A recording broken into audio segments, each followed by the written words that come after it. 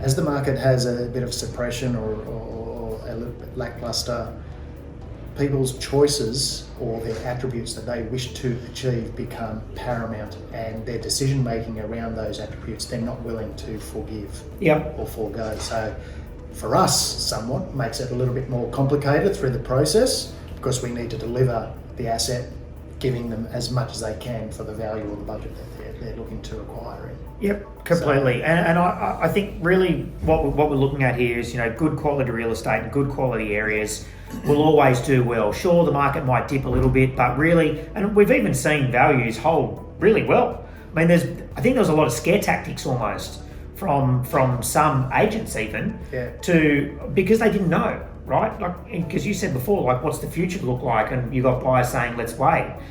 There was a really good buying opportunity now when we look at that COVID period, right? But who would have had the foresight to say, let's jump in and buy? I mean, it took some risk to do that. It takes a bit of risk now. But if I look at the market and I say to myself, okay, what are the fundamentals of growth? Confidence and the ability to borrow money, right? If there's confidence in the market, then that confidence is going to be seen in the auction room. If people can borrow money, then they're going to use that money and confidence, property values should go up, okay? But I guess we need to think about, well, how much will come on the market in spring? Somewhat be in the camp to say that, you know what, because of still the uncertainty, some people might also choose to hold off. Interest rates we know are incredibly low. And will remain they're not going up anytime soon. And if everyone starts feeling a bit better about themselves, that should turn into a bit of confidence, I think, in property.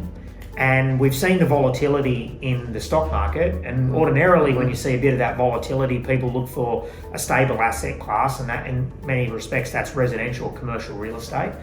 And I'm excited about where we are in Sydney, and if you look at areas close to within Sydney, which is really what most investors are looking at, it'd be a pretty hard argument to say that it's not a good time to be buying. That's my view. I agree. We've been... Put it this way, I'm looking at buying. Yeah. So right now. We've advocated to all our clients who are on the books to say, guys, don't pause. You're going to reflect back in 5-10 years' time and say, that was one of those little blue moons, one of those sweet spots in the property market. But it's a hard thing for people to digest, taking that a bit of advice, even though we're professional in our areas. It's a situation that we've never been involved in before, and to overstep that line to give them the confidence to transact is not an easy process. Well, but we're not trading. I mean, some are, right? But I'm not saying this is a trader's market. No, it's right? a bit of a risky play. But I'm personally not in the market to trade. So any property that I've bought and we've held. And I bought a little 2-bedroom semi in Erskineville back in 2007 for $585,000. And at the time, it was an extraordinary amount of money.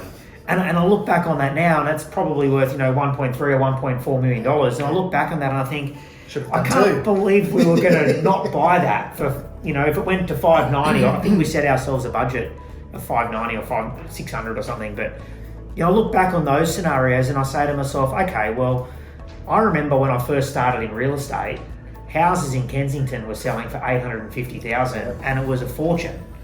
Those same houses are $2.5-3 million now, identical to what they were, and it's still a fortune. Right now, in 10 or 15 years' time, what are they going to be selling for? Now, I know that it's a hard concept to grasp, but I couldn't grasp that concept when it was $850, and I still can't grasp it now when it's 2.5. So, if you take the view that real estate is the long-term play, you just buy.